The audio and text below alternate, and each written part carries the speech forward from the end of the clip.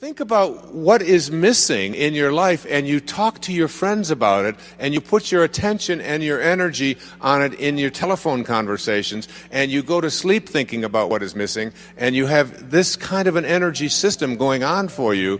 You will continue to have what you are thinking about show up in your life, and you'll see more and more and more of missingness continue to show up.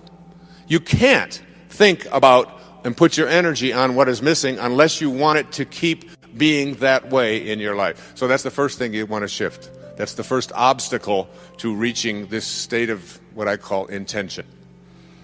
Secondly, if you put your thoughts on what is, you will continue to attract what is into your life.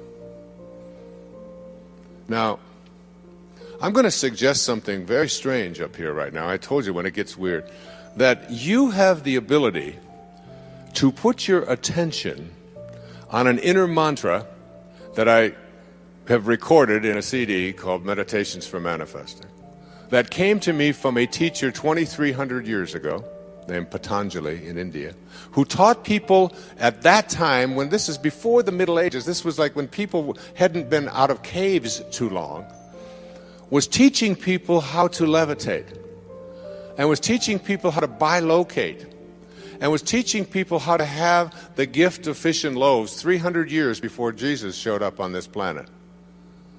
And his aphorisms of Patanjali are a big part of the spiritual solution to every problem. And what he suggested at that time is a meditation called japa. And this meditation is something where you take your attention, your inner energy, off of what is and onto what you intend to manifest, and you repeat the sound that is in the name of God as an inner mantra. And by repeating this sound, you attract the energy from outside of yourself, that is the source from which you emanated, to cooperate with you and literally collaborate with you to shift it into whatever it is that you intend to manifest. And you can do this with money. You can do this with getting pregnant if you haven't been able to do that. You can get it with selling your home. You can get it, and if you take a look at 300 years later, 400 years later, John the Baptist writes in the New Testament, the opening line of the New Testament of the book of John in the New Testament. In the beginning was the Word, and the Word was with God, and the Word was God. As strange as it may sound to you, based upon the conditioning that you have had, just like Ivan Illich, the repetition of the sound as an inner mantra is a way of getting in the gap. And it is a way of, when you repeat this sound, attracting whatever energy, that dormant forces that are out there, into your life to have whatever you need show up. And all I can say to you is, I stand up here before you tonight from my heart telling you that it has always worked for me. It is a meditation practice. It is so powerful, and I can't tell you how many people have been practicing it, including Gary, who spoke to you here today. And there is absolutely no limit to what you can attract into your life simply by practicing it. I have put it on CD. I put it in Getting in the Gap. I teach it. I donate all of the proceeds from it to charities because I was asked to teach it, but to take no money for it. And I've been doing it for several years now. If your thoughts are on what is, let's just say you've got a disease process. Cancer, arthritis, the flu, a cold. If your thoughts are on, if you get a sniffle, and your thoughts are on, this is in my nose today, but tomorrow it'll be in my throat. On Wednesday, it'll be down in my chest. On Thursday, I'll probably have a fever. I'm going to have to take Friday off. Now, it's Monday morning. and you've got a sniffle, and in your mind you're taking Friday off with a fever. If this is how you have trained your mind to work, to put your attention on the circumstances of your life, self-actualizing people, Abraham Maslow was a great teacher of mine. I was blessed to know him. I was blessed to be one of his devotees.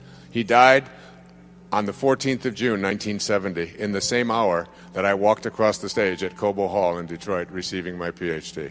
In the same hour. He passed the baton on. He said, I've taught self-actualization to the academic world. Now you take it to the masses. And Maslow said, self-actualizing people are distinguished from everybody else with this sentence: they must be what they can be. They must be what they can be. And one of those 10 secrets for success and inner peace is that you can't solve a problem with the same mind that created it. And know this, that your mind created everything in your life that you call a problem. And self-actualizing, highly functioning people who live at these extremely, extraordinarily high levels of consciousness never put their thoughts on what is if they don't like what is.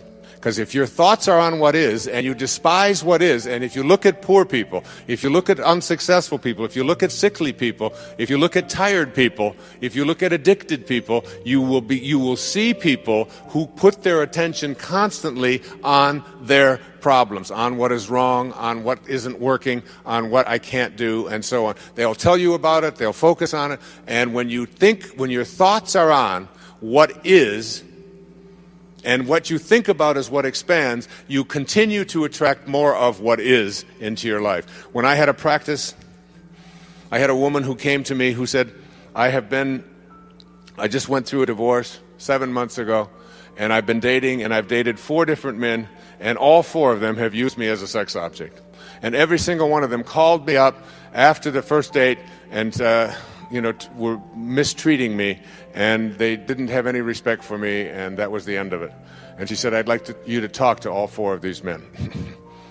And I said, there's only one common denominator here. You are attracting into your life what you are putting your attention on.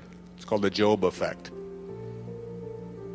You can't think about what is missing, and you can't think and put your energy and talk about what is if you don't like what is.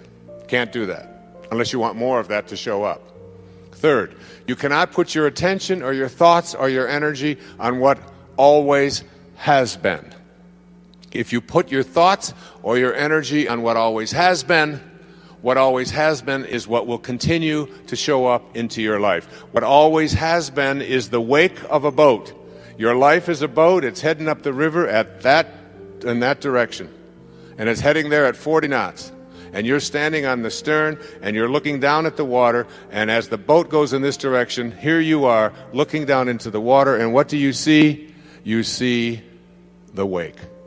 And what is the wake? The wake is the trail that is left behind. That's what the wake of your life is. That's what the wake of the boat is.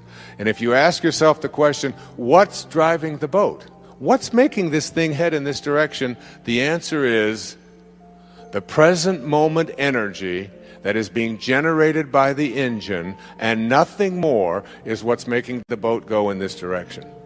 And then if you ask yourself this key question, is it possible for the wake to drive the boat? Can a trail that is left behind make a boat go in this direction? What's the answer? Impossible. Isn't it? And so too is it impossible for the wake of your life, the trail that you've left behind, to be the reason why your life is going in this direction. It is not because of anything that has happened back here. That's an illusion that we live under. What has happened back here is a trail. The choices you make in this moment. And if your thoughts are on what always has been, this is the way we've always done things, this is the kind of person I am, I can't change, you can't teach an old dog new tricks, all of those cliches that have become so much a part of our life, if your thoughts are on what always has been, and you despise what always has been, you will continue to attract more of what always has been, even though you despise it.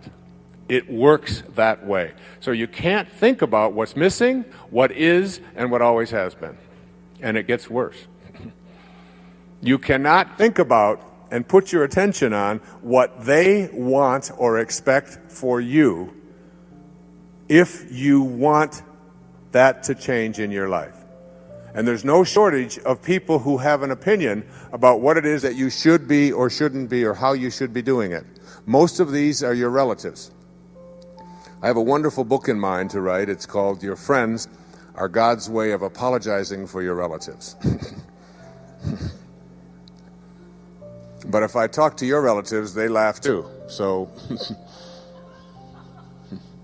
we all have this idea that the reason I'm not getting where I'd like to be, particularly with young people and working with young people over the years, it's because my parents want this, or my parents think that, or my parents won't let me do this. And I always say, well, but why are you so attached to what your parents think?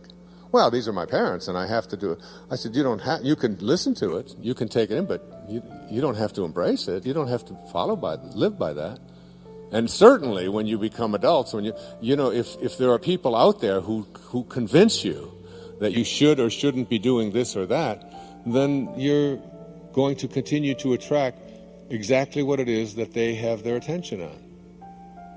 So if you put your thoughts on what they want for you, you tell everybody else about how it makes you go from being blissed to pissed just by being in their presence, just by being on the telephone with them, that person, that in-law, that mother, that father, that grandparent, that child, that whoever it might be, is giving you, or even your neighbors or your friends or whomever, your coworkers are telling you what you should or shouldn't be, and you don't like the advice that they're giving, and you resent very strongly.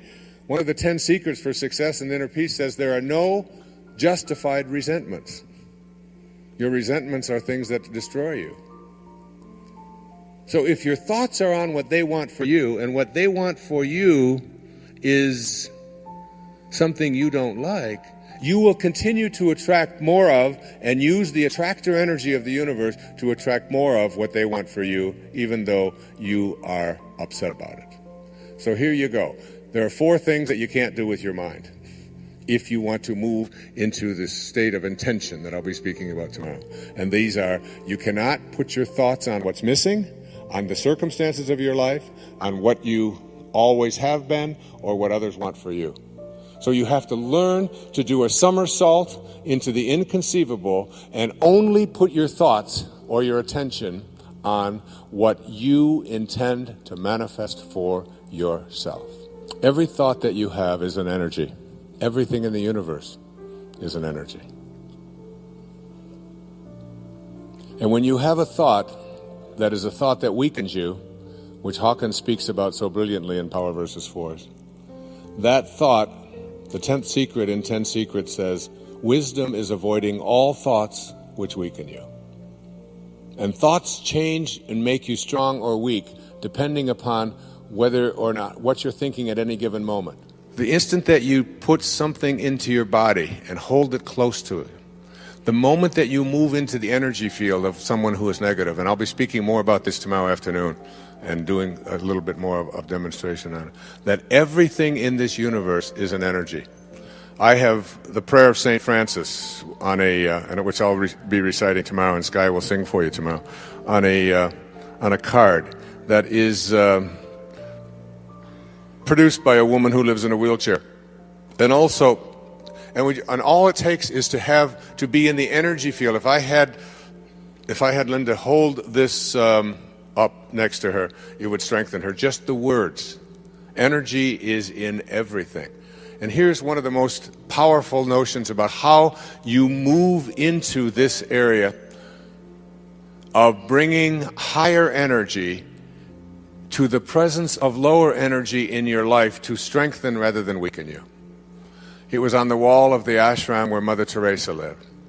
And it goes like this. If you want to know tonight what to do and what to think and how to bring this energy to you, listen to these words. And put these, as I said, the money that's collected on these goes to a woman who lives in a wheelchair, who has the intention to not be dependent.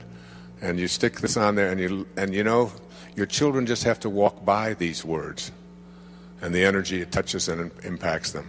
Just like the music, the CD, even carrying it around. It's why I knew that Sky's CD would strengthen rather than weaken. You can take the Prayer of St. Francis, which she sings on there, put that on in your car and play it in a moment of frustration or anguish in traffic, and you know what? You can move the traffic. I know you laugh and you think that kind of thing is impossible. There is nothing that you can't do when you shift your energy from energies that weaken to energies that strengthen. And this is what Kent Keith had written and what Mother Teresa lived by. She said, people are often unreasonable, illogical, and self-centered. Forgive them anyway. If you are kind, people may accuse you of selfish, ulterior motives. Be kind anyway. If you are successful, you will win some false friends and some true enemies. Succeed anyway. If you are honest and frank, people may cheat you. Be honest and frank anyway. What you spend years building, someone may destroy overnight. That's particularly relevant in America, isn't it? Build anyway. If you find serenity and happiness, they may be jealous. Be happy anyway. The good you do today, people will often forget tomorrow. Do good anyway. Give the world the best you have, and it may never be enough. Give the world the best you have anyway. You see, in the final analysis, it's all between you and God. It was never between you and them anyway.